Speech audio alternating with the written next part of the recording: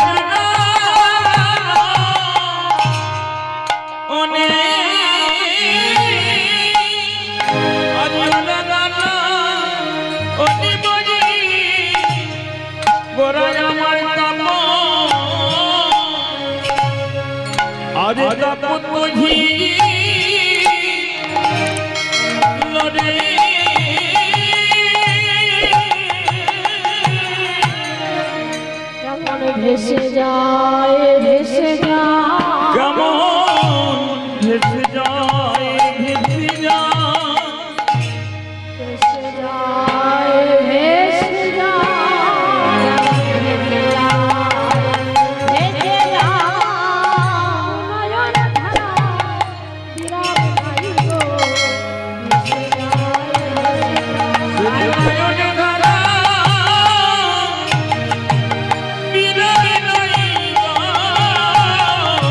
ভেসে যায় ভেসে যায় নয়ন ধারা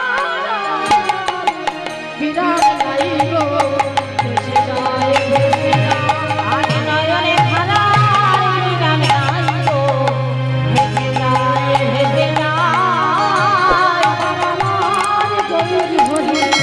ভেসে যায়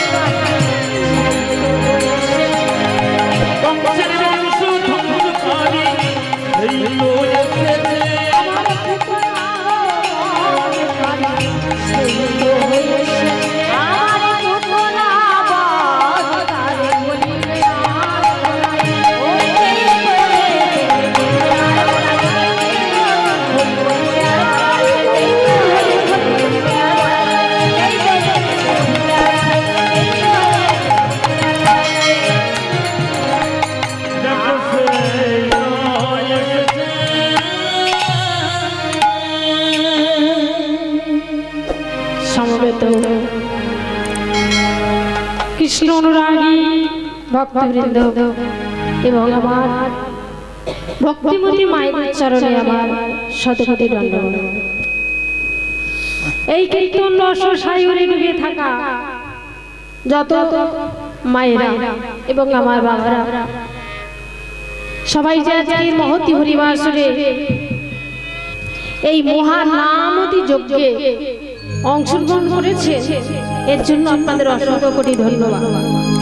তবে আমাদের অবস্থা খুবই খারাপ, দেখতে পাচ্ছেন সন্ধ্যার সময় সারাদিন না হয় গৃহকর্ম করলাম, কিন্তু সন্ধ্যাবেলা কি আমাদের তাও কি কাজকর্ম করছি? এই সন্ধ্যার সময় কোথায় একটু হরিনাম শুনবো, কীর্তন শুনবো? দেখুন কটা লোক এখানে বসে আছে।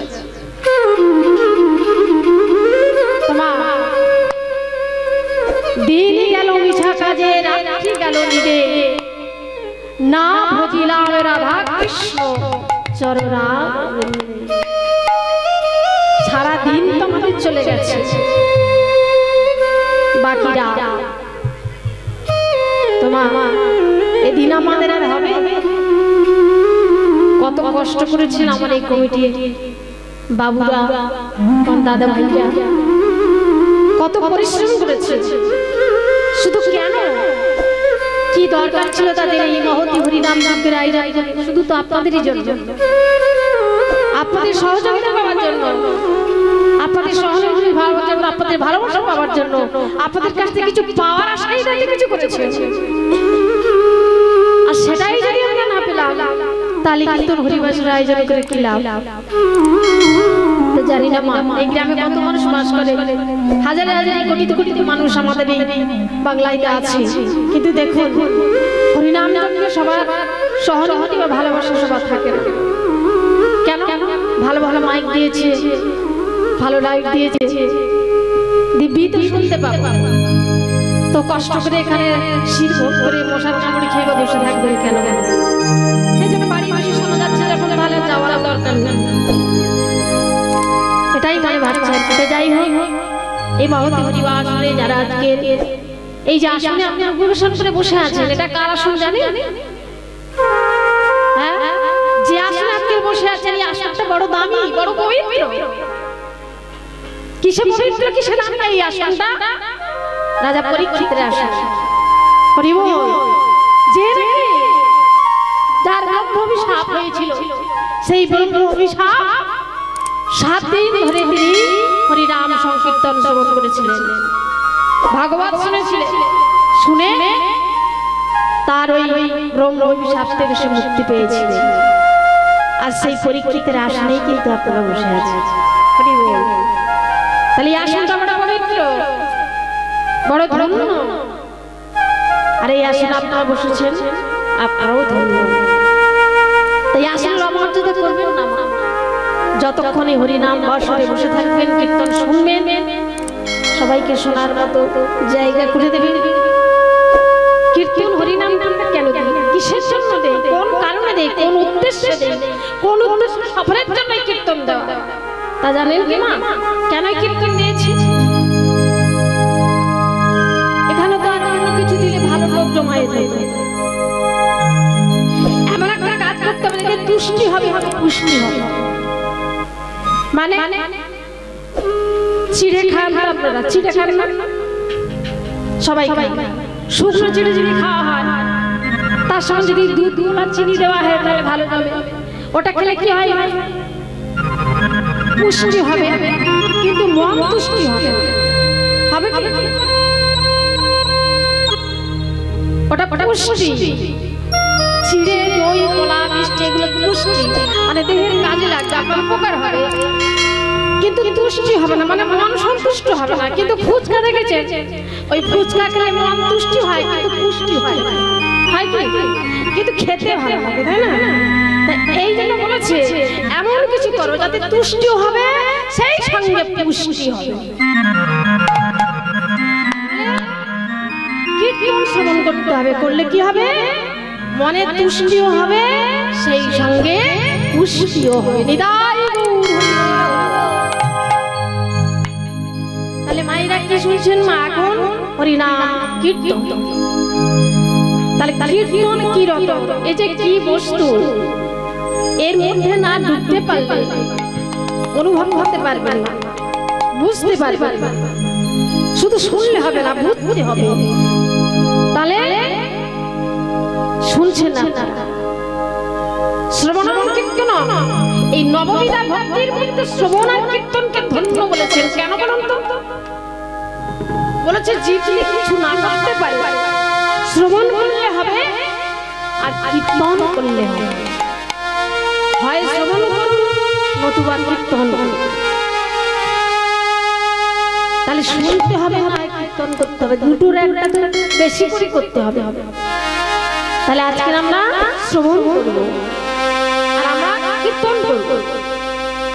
তবে এই লীলা গাইতে গিয়ে এক মুখে শত কথা বলতে গিয়ে অনেক ভুল ত্রুটি আপনাদের কাছে আমি করে থাকবো। আমার বাড়ি বাসা সোনাখালি, দাদারা আমাকে ফোন করেছেন বসে, আপনাদের সে চরণাশ্রয় করে, কমিটির দাদা ভাইদের চরণাশ্রয় করে, আমার গৌর গোবিন্দের চরণাশ্রয় করে, আমার শিক্ষাগুরুর চরণাশ্রয় করে, আমার দীক্ষাগুরুর চরণাশ্রয় করে, আমার পিতা মাতার চরণাশ্রয় করে আজকের এই মহতি হরিনাম যজ্ঞে এসে দাঁড়িয়েছি। আপনাদের সামনে ভুল ত্রুটি করে থাকলে নিজ সন্তান জ্ঞানে আপনাদের চরণতলে আমাকে ঠাঁই দেবেন। সেই সঙ্গে আমার এই পুত্র সম্প্রদায়ের তরফ থেকে আপনাদের চরণে রইল অসংখ্য করে রইল।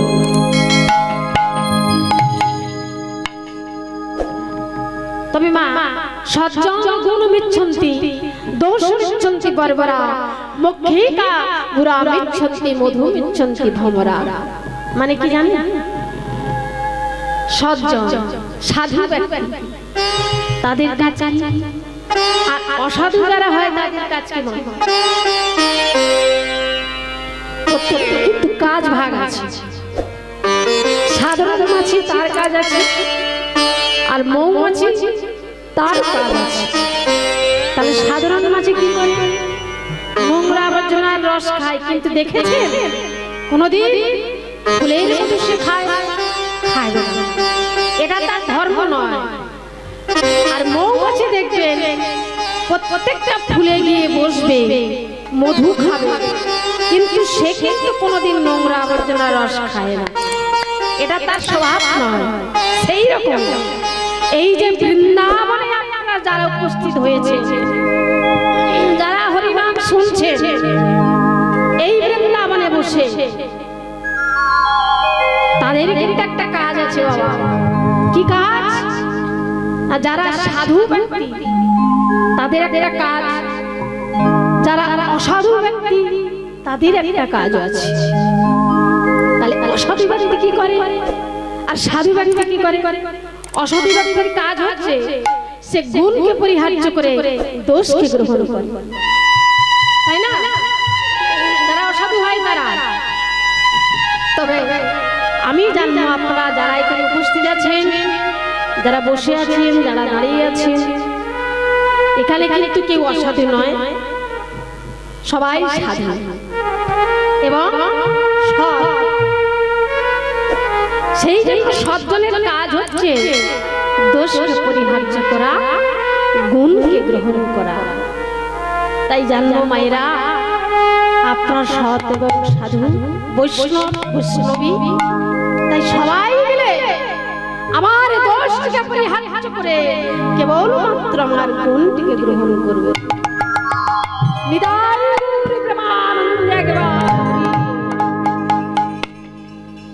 হরি বল, হরি বল।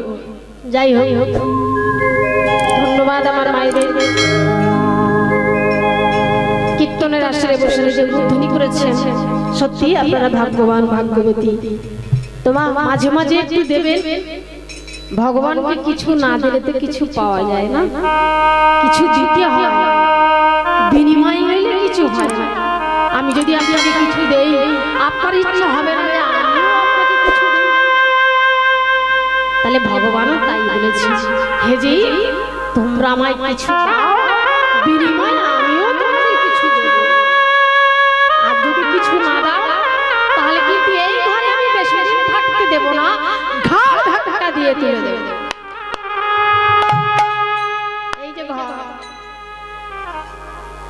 টিনের ঘর, টালির ঘর, খোলার ঘর নয়, পাকার বাড়ি নয়। এই যে বাড়িটা দেখছেন, যে বাড়িতে আমরা বাস করে আছি, এই যে বাড়িটা, এই বাড়ির মালিক কে জানেন? কে? এই বাড়ির একটা মালিক আছে, সেই মালিকটা হচ্ছে ভগবান শ্রীকৃষ্ণ। তাহলে এই বাড়িটা যে দিয়েছে, বাড়িটাকে যদি আমরা ঠিকঠাক খাজনা দিতে পারি, তাহলে এই বাড়িতে তো বেশি দিন থাকা হবে না। কি মা, ভাড়াটে বাড়িতে থাকলে কিছুদিন পরে যদি ভাড়া আপনাদের ঠিকঠাক না দিতে পারেন, বাড়িতে আপনাদের থাকতে দেবে কি? ঘর ধাক্কা দিয়ে বের করে দেবে না? তাহলে এই বাড়ির একটা ভাড়া আছে, খাজনা আছে, কর আছে। এই বাড়ির খাজনা বা কর যদি না দিতে পারে, তাহলে বেশি দিন এই বাড়িতে আমাদের থাকা চলবে। তাই সময় থাকতে খাজনাটা দিয়েই যেতে হবে। তাই আজকে গৌরী শ্রী শশী নন্দন গৌর সুন্দর ভাবাবেশে বিভোর হয়ে গেছে। আজকে কি করছে জানেন? শশী নন্দন ভাবাবেশে কি করছে? আমার দুটি নয়নের জলে বয়ান ভাসিয়ে বসে বসে কাঁদছে। আহারে, যার কান্নায় জগৎ কাঁদে, সেই ভগবান কিনা বসে কাঁদছে। হ্যাঁ গো, যার কান্নাতে নাকি জগৎ কাঁদে, আর সেই আজকের বসে বসে কাঁদছে। এক পাশে দাঁড়িয়ে লীলার এক পাশে দাঁড়িয়ে বললেন, গৌর, আমি কি দেখছি? আপনি কেন এমন করে কাঁদছেন? আমি তো কিছু বুঝতে পারছি না। কি হয়েছে গৌরে? কেন দুটি নয়নের জলে আমার পাশে কাঁদছে? মান বিরহ জ্বরে প্রভু ভেল ভোর, ও রাঙা নয়নে বহে তপত হিল।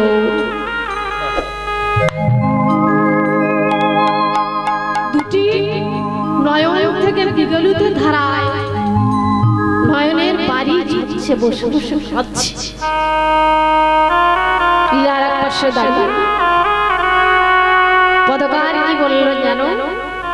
বললেন, জি দেখেছ, দেখে যাও, দেখো আমার গৌর কাঁদছে গো, তোমরাও তো কাঁদো, তবে কখন কাঁদো? আমরা সবাই কাঁদি না মা? কখন কাঁদি? দুঃখের সময়। প্রবল সুখে যখন থাকি, তখন কি কেউ ভগবানকে ডাকি? ডাকি না। এই জন্য সাধু তুলসী দাস বলেছিল, সুখ মে মেরা বাজ পড়ু, দুঃখ সে বলি হারি যায়, এব সাধু আউরায় তো ঘন ঘন হরি নাম সরাই। মানে সুখ মে মেরা বাজ পড়ু, মানে সুখের মাথায় বজ্র পড়ু, দুঃখের বলি হারি যায়, ऐसा दुख आउराय तो घन घन हरि नाम सराय। মানে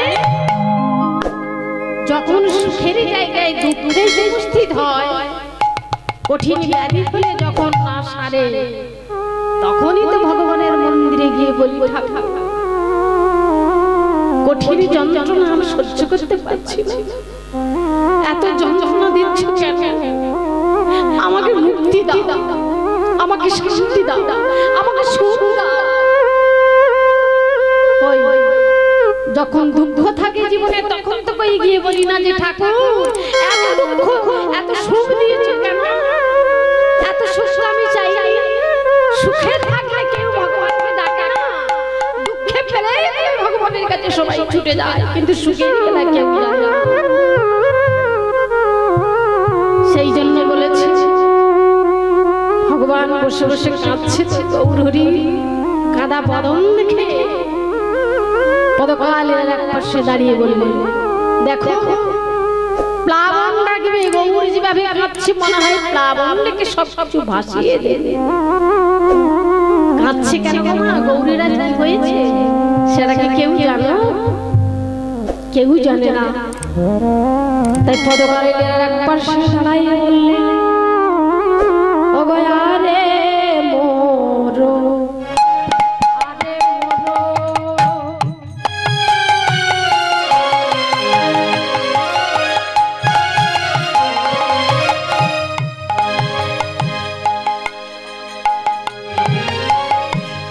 আমারে গৌরাঙ্গ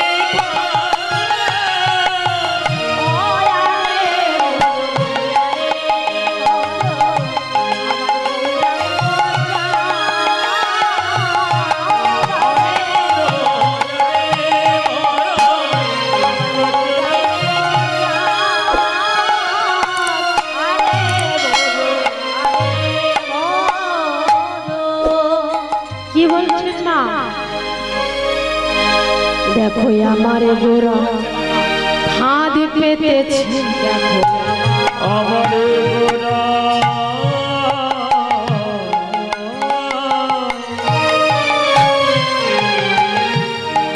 ফাঁদ পেতেছে, দেখো